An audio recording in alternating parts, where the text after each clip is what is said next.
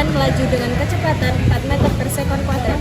Saya akan menghitung kecepatan dari motor tersebut jika berjalan selama 6 detik.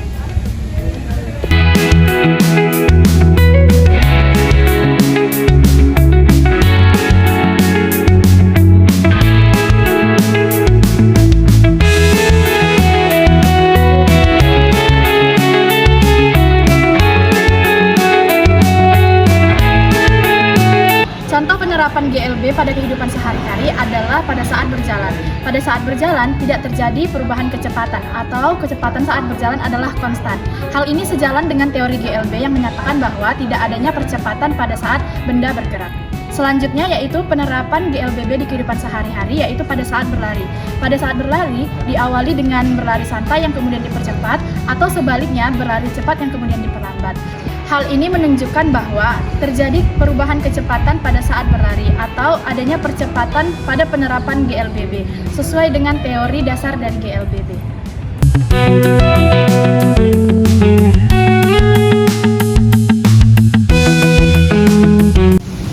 Bisa kita lihat dari video tersebut gerak GLB-nya.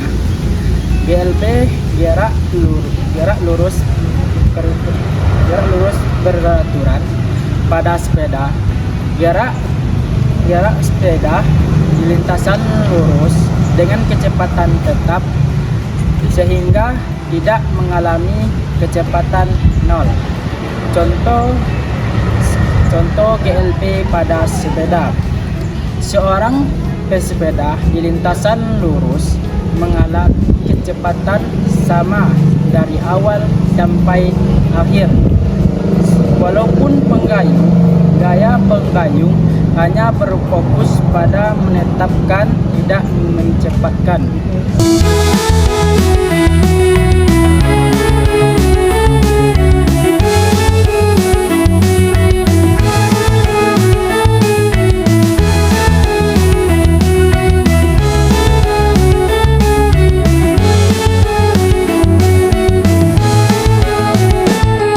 Tahu nggak sih kamu kalau penerapan GLB dan GLBB sering terjadi di kehidupan sehari-hari? Mungkin kalau kamu pernah lihat di bandara ada orang yang narik koper sambil berjalan atau berlari, itu adalah salah satu penerapan GLB dan GLBB. Penerapan GLB saat narik koper itu terjadi ketika gerak koper pada lintasan lurus dengan kecepatan tetap. Saat koper ditarik dengan gaya yang sama terus menerus, koper menempuh jarak yang sama setiap detik dan tidak mengalami percepatan.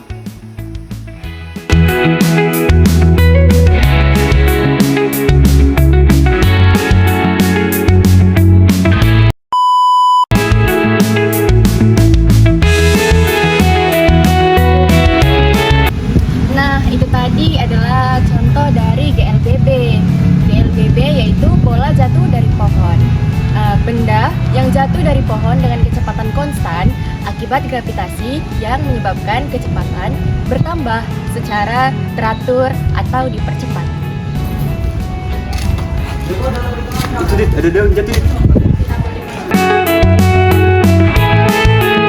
Saat daun jatuh, benda tersebut mengalami percepatan karena adanya gravitasi bumi.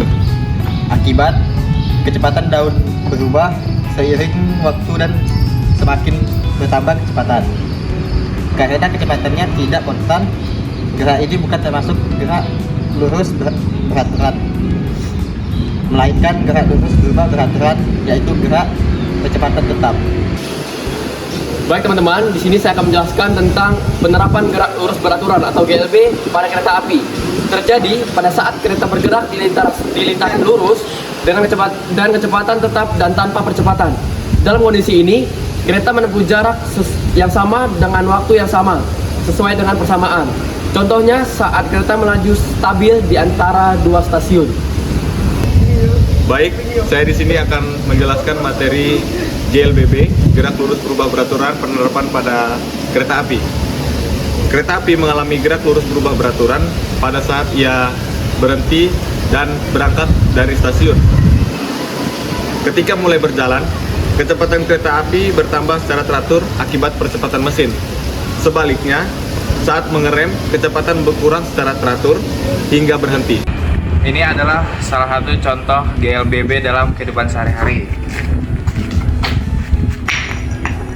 Itu adalah contoh GLBB. Seperti yang sudah saya praktekkan tadi, di mana batu itu bergerak ke atas dengan kecepatan semakin berkurang akibat pengaruh gaya gravitasi bumi hingga pada titik tertinggi kecepatan yang menjadi 0. Kemudian akan bergerak turun dengan kecepatan yang semakin bertambah. Namun percepatannya tetap sama, yaitu percepatan gravitasi yang arahnya selalu ke bawah.